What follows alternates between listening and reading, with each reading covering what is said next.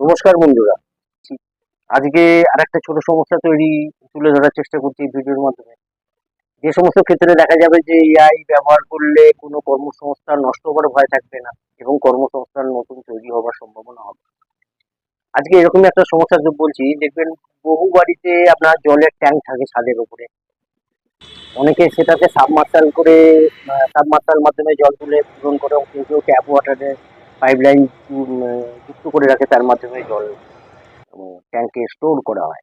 এবং ওই ট্যাঙ্কের জল দেখবেন গরমকালে প্রচুর গরম হয় সূর্যের তাপে, এবং অনেকে আবার ইট গাঁথনি করে দেয় পাশে, কেউ বালি দিয়ে ভেতরে রেখে দেয়, কেউ ওখানে ফাইবার চাপান দিয়ে রেখে দেয় যাতে ওটা জলটা যাতে গরম না হয়, ঠান্ডা পাওয়া যায়।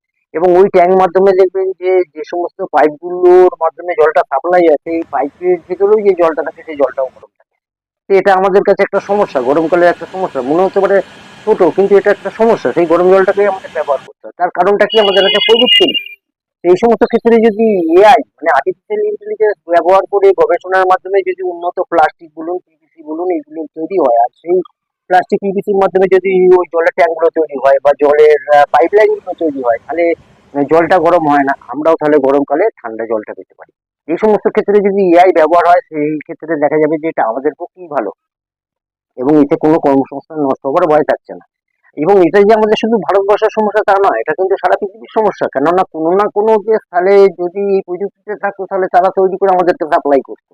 কারণ এটা একটা ব্যবসা হতো, বড় ধরনের ব্যবসা হতো। কিন্তু কারোরই হাতে সেই প্রযুক্তিটা নেই। যদি এই সমস্ত ক্ষেত্রে প্রযুক্তির উন্নতির জন্য যদি আর্টিফিশিয়াল ইন্টেলিজেন্স ব্যবহার হয়, তাহলে সেক্ষেত্রে দেখা যাবে আমাদের সবার পক্ষে ভালো হবে। ভিডিও যদি ভালো লাগে তাহলে লাইক করবেন, সাবস্ক্রাইব করবেন, যাতে পরের ভিডিওগুলো, এই ধরনের ভিডিওগুলো যখনই করবো তখন আপনাদের কাছে দ্রুত তার সাথে যাতে ভিডিওটা পৌঁছয়। নমস্কার।